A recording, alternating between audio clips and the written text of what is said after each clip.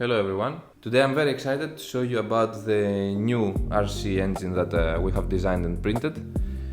This is an assembly video, so you know the steps when you have downloaded the files to assemble the whole thing. This is a lookalike of the Mercury 600 engine, and we will follow the manual that is included in the files as well, step by step.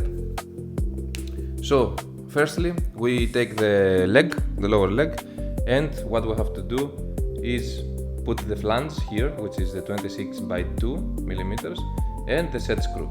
The set screw sits there, so we stop the leg from rotating and unscrewing from the middle sleeve. It's best to take a screw that has deep flutes and also that runs across the whole length here, so it has retention. This is printed out of resin, but you can print it out of plastic as well with an FDM printer, it doesn't matter. So let's start.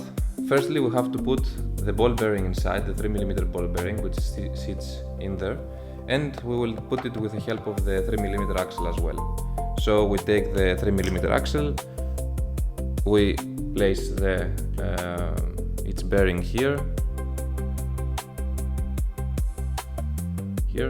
and then we take the lower leg and place it inside here till we feel it going inside. So when you have put it inside, it's very important to see only the gears of only the teeth of the gear from this hole.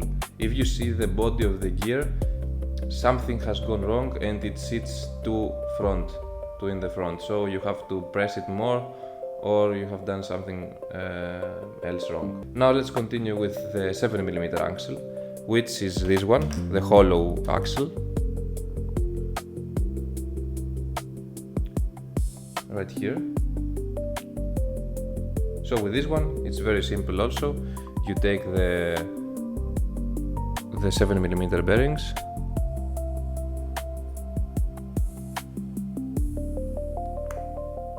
sit them inside, then you place the spacer, which is a plastic spacer that keeps the two bearings apart, and then you place the second bearing inside, and don't forget to put the 3mm here. Afterwards you take this and you place it inside here.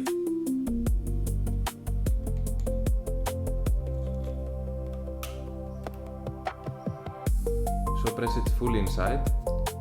Don't forget that you may over push it because there is a small lip that limits the 7mm bearing from getting more inside.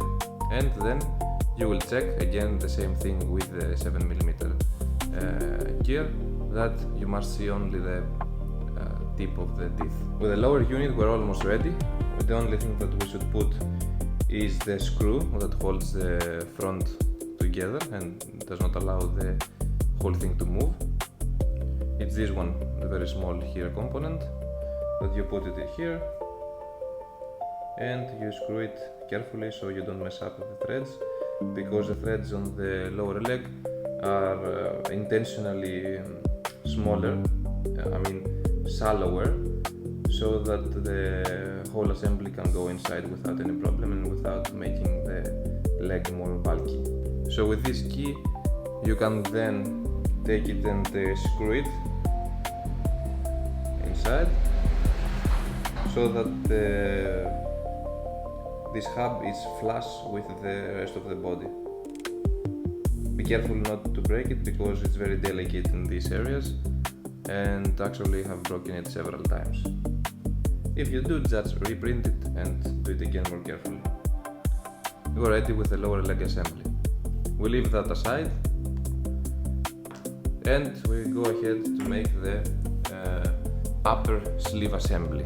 The upper sleeve assembly is this one, okay? So firstly you should put the 4mm bearings inside, one on the one side and one on the other side. And you take the thrust bearing, which you don't have the coverings, you put it directly onto the sleeve and you put it like this. Then you take the 4mm axle, which is the last one here. you place it inside and seat it to be flush with the bearing here. Then to close everything up, you take the coupler of the motor on one side and you push it in and you're ready. You tighten it and you're ready. So actually in this version, because it's the older one, there is a gap here between the coupler and the bearing here. So in the future version that you will have, this gap will not be existent. It will be flush with the coupler. Okay, now we continue with the rest of the assembly. We take the mid body here, which is this one. You place the mid section, the middle sleeve here. Okay. You check that it rotates freely. The thrust bearings are there to tighten the screw with the leg and not bind all together the components. Then you take the lower leg, you line it up, and from the inside take a towel or something else.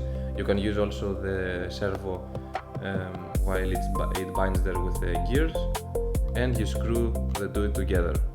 Don't forget to put the thrust bearing here. Many times I have forgotten this one.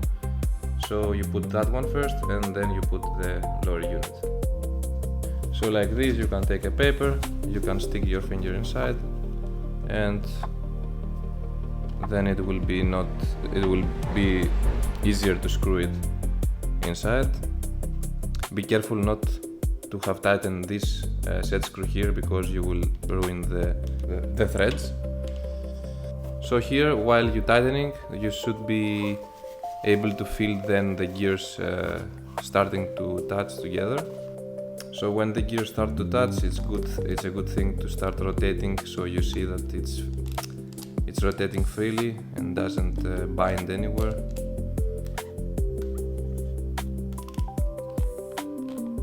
And then you tighten it, not to be severely tight so that it binds all together, but to be able to freely rotate, and you will hear also the gears being able to fully rotate without making too much of a noise. And you tighten the set screw on the back. So there you have it. Now you should put the servo inside. So the way you should put it, it's first freely. You take it and you push it inside. You see that the gears are inside, they are meshing with each other. And then be careful with the actual cable. The cable should go away from the servo right now. You put this inside, you press it, and then you tighten the screws that are on here. Now the cable should run here on the top, which it has a small groove that it will sit inside, and it will not get pinched by the motor. Now the motor, you should align the inside, the coupler, with that one, and be careful when you put it. It should sit right here. Be careful with the cable also. And it sits completely flush. When you rotate, you see the motor also that rotates, the axle, and then you screw the screws of the motor. Now these screws are easy, but the third screw that sits on the back of the engine is a little bit difficult and tricky. So you should take a big Allen key and try to get inside there. There is a path to go inside. I haven't put it myself here, but the motor is pretty stable with those two, because it's also locking with the geometry of the housing. Here there are the outlets of the water cooling, so I have led this like this, so you can screw whatever you want inside. It doesn't matter. So now the cable, we see that it's free inside, situated in the middle. It's not being pinched by the motor. And now we go to the leg again, and you can put the 7mm dog shaft. This one is out of plastic. Usually not usually, preferably this should be out of metal, and the bushing as well. So this here is a bushing that is now attached directly to the dog shaft. If you can find a small hollow metal rod that can be used in that fashion, it's simple enough. You just put it inside and then you put the dog shaft. The 7mm dog shaft, I know it's hard to find, but I'm sure there is some in the market. So then you put the propellers, the 7mm prop. It's difficult to find in the market, so I have included this design inside. So later you put the dog shaft of the 3mm propeller, which is an easy one to find. Okay, so you put the 3mm dog shaft, then you put the 3mm prop, and lastly the nut. Now you should feel the lower leg rotating freely. You should feel that these ones are fairly easy to rotate, and then you put the cap inside, on actually, and you're ready. You have a 600 HP engine, beautiful, very powerful. Thank you very much for watching, and I'm looking forward for any comments that you may have, and any questions that you may stumble into.